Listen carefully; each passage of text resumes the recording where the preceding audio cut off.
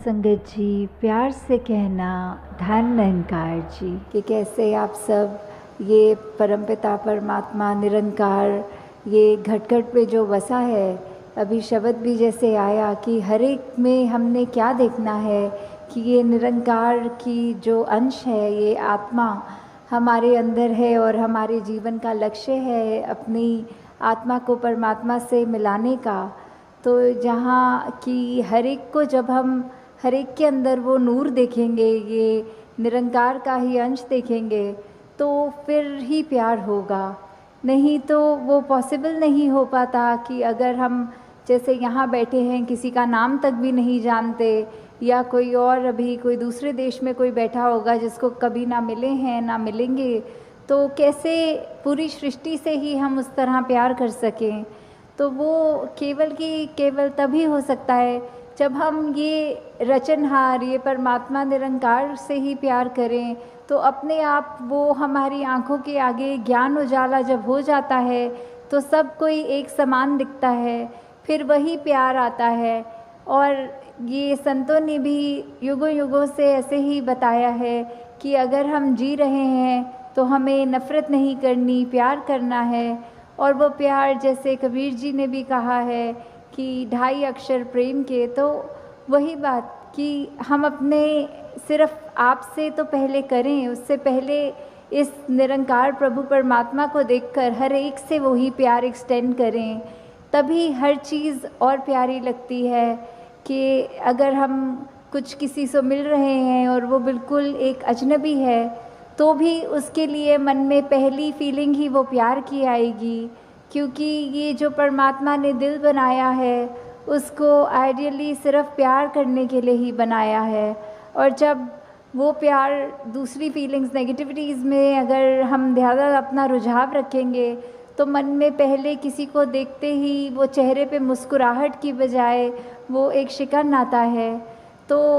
इसी में हमें ये देखना है कि किस तरह हम अपने आप में वो तब्दीली लाएं, ये ज्ञान प्राप्त करके एक वो अपने मन में ठहराव लाएं, ये प्यार और बढ़ाएं अपने दिल में, कि हर एक में ही फिर ये निरंकार का खुदा का अंश जब दिखे तो हर एक से ही उस तरह प्यार हो जाए। हाँ जी। अण के घट घट अंदर सबना दा सत्कार करन। तो फिर ये भाव प्यार के बाद आता है सत्कार का। जब हर एक में खुदा को देखा तो उसमें सत्कार कैसे करेंगे एक दूसरे का, जब हम जजमेंटल नहीं होंगे किसी के बारे में, उनको देखकर कि वो इस तरह के व्यक्ति हैं या इस तरह उनका एक आचरण है,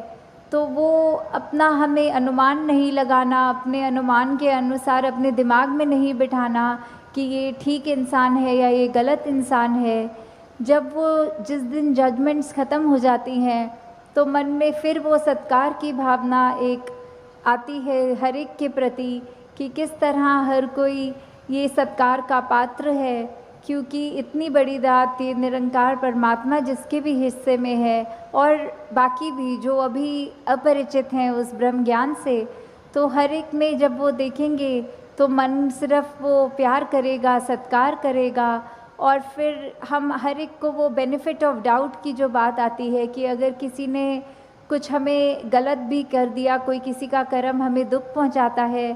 तो अपने उस व्यक्ति से गुस्सा ना करके सिर्फ एक ही भाव मन में अपने आप आएगा कि उस व्यक्ति की शायद कोई मजबूरी रही होगी, आज उसका हो सकता है दिन अच्छा ना रहा हो, कोई किसी ने कुछ उसको बुरा बोल दिया हो तो इसलिए उसका मन कड़वा हुआ है, इसलिए उसके बोल कड़वे निकले हैं। तो जब तक ये बात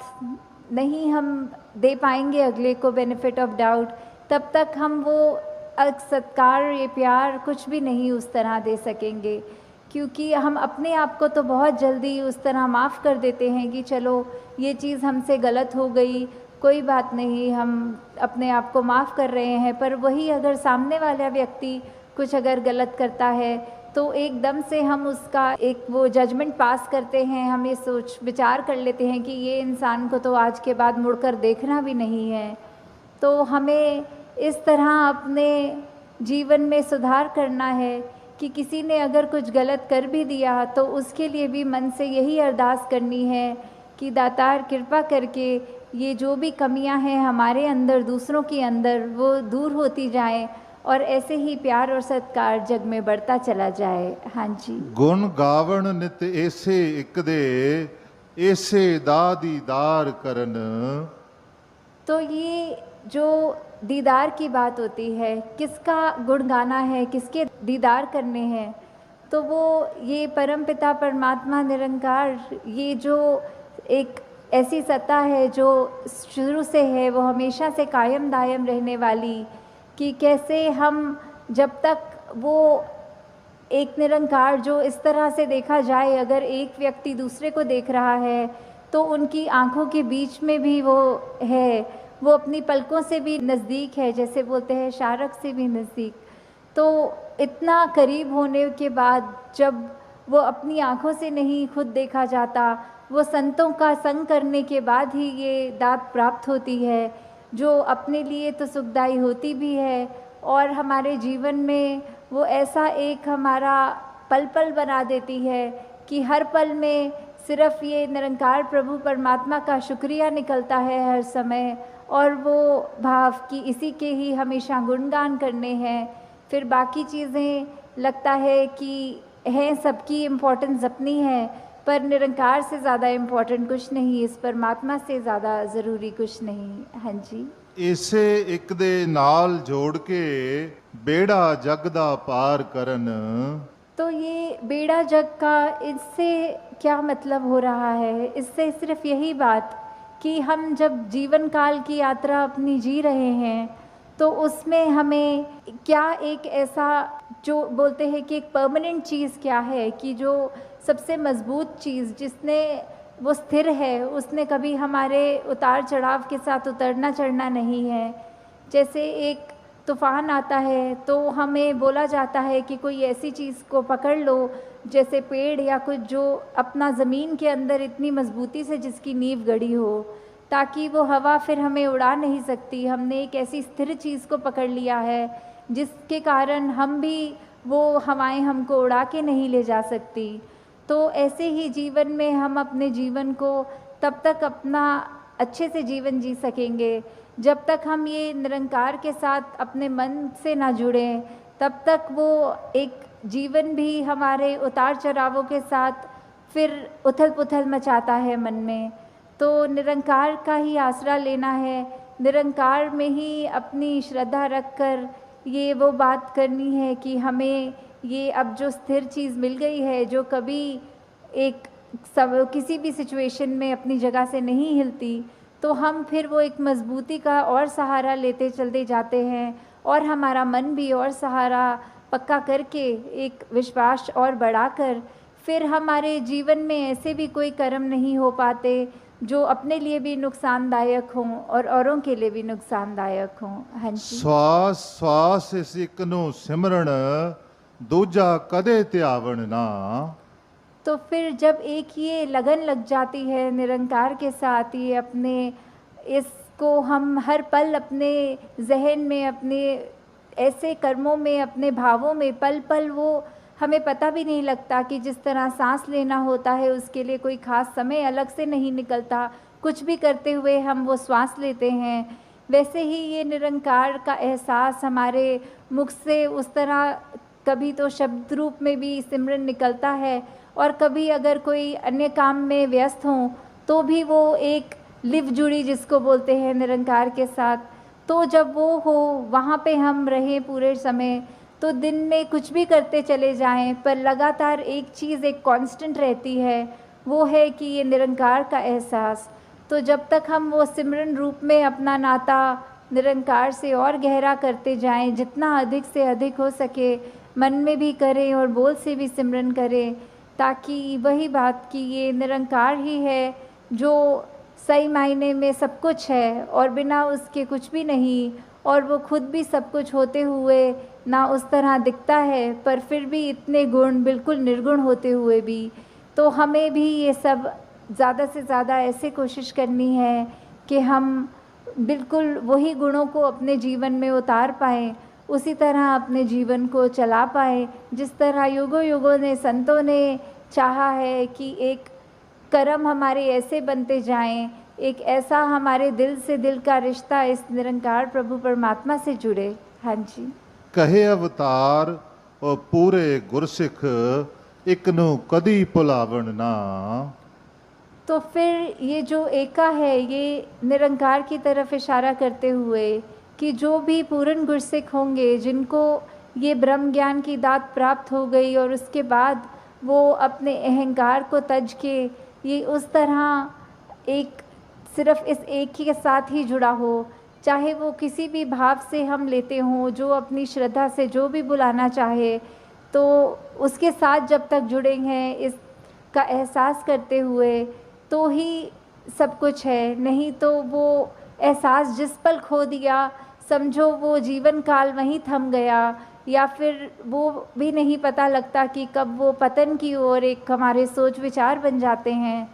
तो हमें किस तरह ये अपने अंदर और मेहनत करनी है कि बस ये एक जो है इसी के साथ और जुड़ते चले जाएं, इसी के साथ अपना हर पल इस तरह बिताएं कि जैसे एक मछली होती है, जब उसको पानी से बाहर निकाल दिया जाता है तो कैसे तड़पती है, वैसे ही जिस पल हमें इस निरंकार का चेता भूले, उसी समय ये तड़प अंदर से अपने आप वो लिव वापस जोड़ दे। तो इस तरह कोशिश करके अपने जीवन को हम एक उस तरह ढालें कि किस में हमें, जहाँ ये निरंकार प्रभु परमात्मा जो अंग संग है, सदा है, कायम है, और उसको ना कोई काट सकता है, ना उसको कोई गीला कर सकता है। एक ऐसा परमात्मा जो शुरू से था और अंत तक है और उसका कोई अंत ही नहीं है। तो वैसे ही हमें भी उसके साथ जुड़ते हुए अपने जीवन को भी और सुधारना चाहिए। आपका ये निरंकार के आगे अपनी अहंकार को तजते सिर्फ एक वो शीश झुकाकर, एक चेहरों पे मुस्कुराहट रखकर, ये जो अंदर और सीखने की भावना कि एक गुरसिख का तो जीवन ही यही है कि हर पल सिर्फ सीखना ही सीखना है।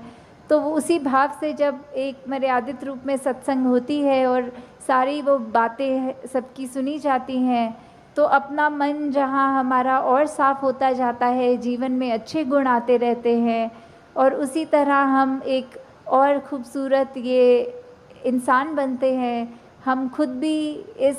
मिशन के साथ जब जुड़े हैं, तो ये निरंकारी मिशन का हम एक एक व्यक्ति, हम यहाँ एक एक महापुरुष अपने जीवन को उस तरह सुधार के रखें कि एक समाज में भी अगर कहीं जाएं तो सबके मन में यही लगे कि इस व्यक्ति के जैसे बनना है, इसके पास एक ऐसी दात है जो उसको एक हमेशा बाकियों से अलग दिखाती है। तो इस तरह हमारे कर्म ही जब वो प्रचार का रूप ले लें, हमारी भाषा ही प्रचार का रूप ले ले, हमारे सोच ही प्रचार का रूप ले ले, तो फिर हमारा ये जीवन काल जब तक है और उसके बाद जैसे लोक सुखी प्रलोक सुहेला, तो किस तरह ये जीवन भी जीते हुए हमने जहाँ वो ह्यूमन वैल्यूज़ को रखना है, एकत्व, भाईचारा, मिलवर्तन, करुणा, दया, ऐसे अनगिनत जो भी है वो तो रख कर अपने जीवन में हर पल जीवन को जीना है। और उसके बाद ये ब्रह्म ज्ञान जो इस जीवन काल में हमें मिल गया है, वो दात को हमें हर पल ऐसे याद रखना है कि कभी भी अगर अंत समय हो तो वो दात हमें हमसे छिन ना जाए। उसको, निरंकार को ऐसे संभालते हुए हर पल निरंकार का एहसास रखना है, और उसके बाद सिर्फ वही एक दात है जो बाद में भी हमारे साथ आगे जानी है। तो दासी और समय ना लेके इन्हीं शब्दों से आपसे आज्ञा चाहेगी। साथ संगत जी, धन निरंकार जी।